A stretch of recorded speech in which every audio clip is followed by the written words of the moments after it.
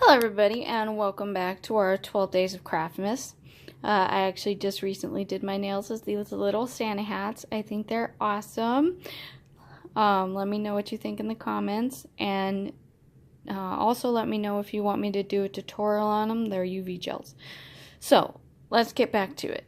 This is my 12 Days of Craftmas, and we are on the pillow. We are going to do a decorative pillow. I would like to do these to where I can just put them over my regular pillows, because I have all of these awesome city pillows with this cityscape. I also have these Paris ones.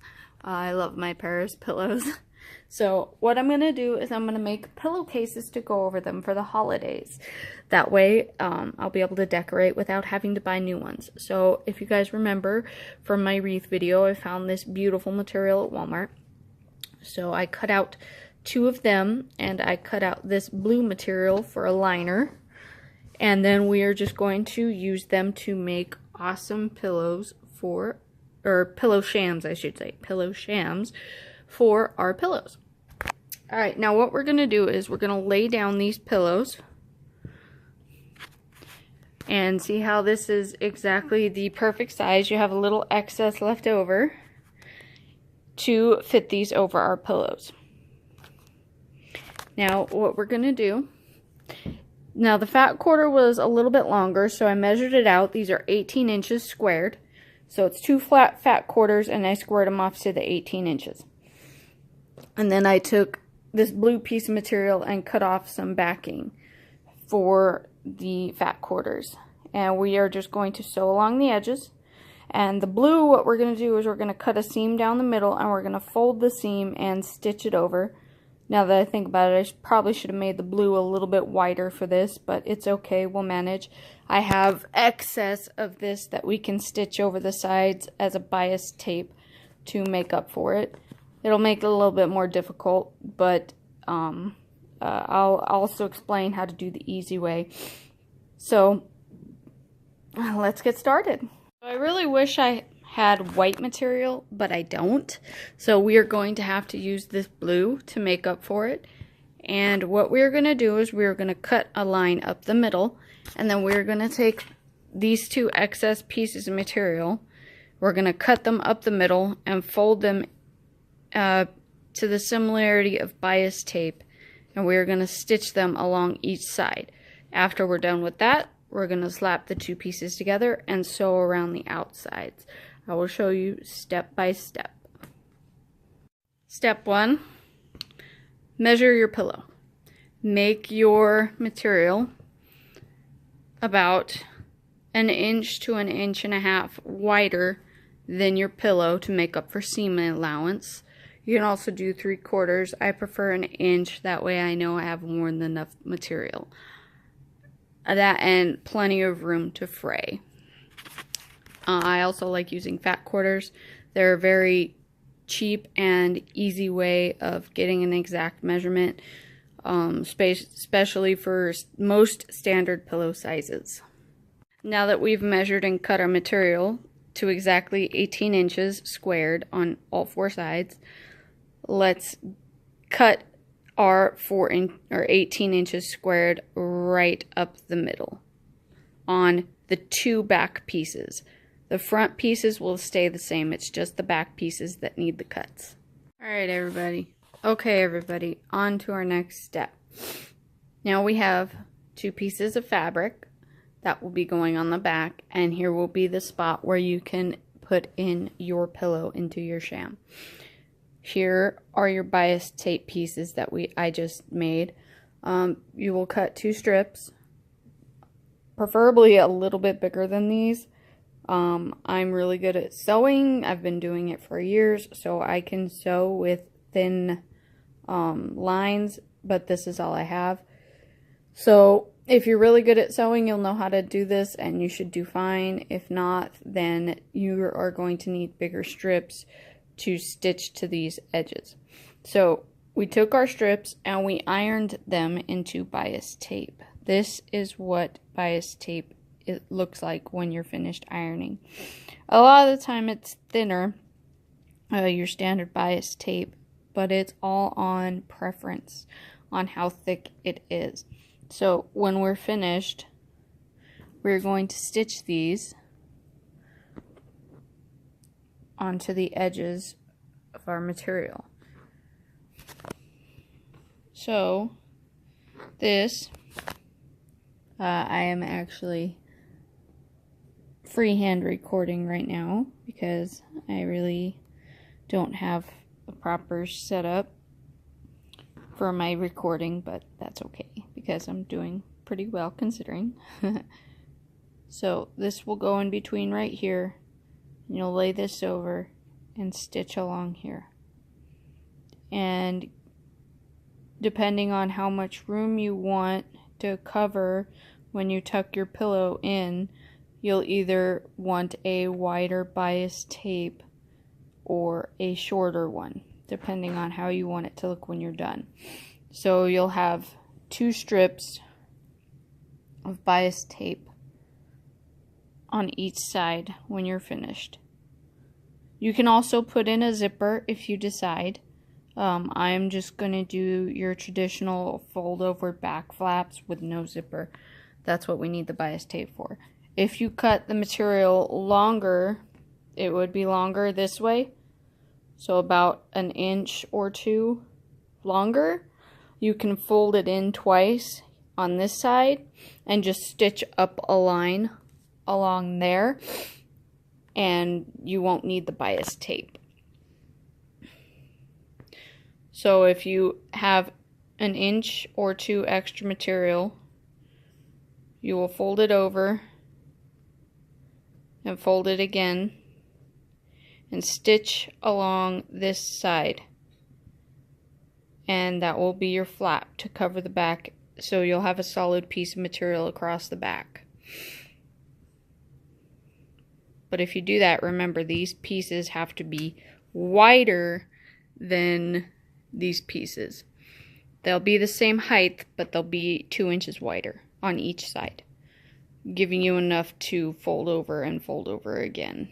Maybe 1 inch, depending on how good you are at sewing. So let's get these bias tape stitched on and we will come back.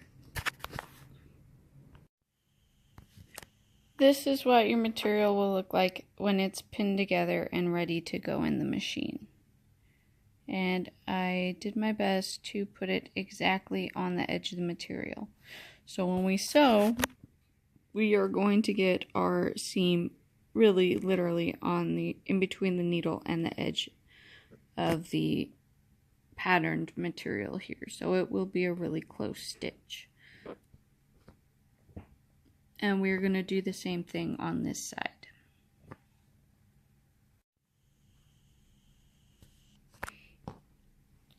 And everybody, this is what our stitch looks like on both sides. So it's nice and clean.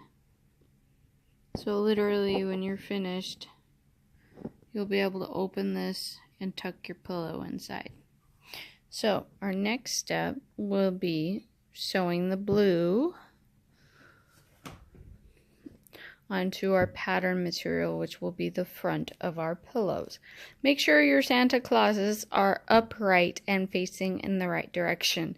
You don't want to sew your Santa Clauses the wrong direction or sideways from the way that you want your seam to go. I want this to go up and down, so I'm definitely going to make sure that my Santa Clauses and my writing is up and down. So let's lay this out. I'll show you what it looks like when it's laid out and pinned together, and then I'll stitch it up and we'll be back. Okay, everybody, we have everything stitched up and ready to go.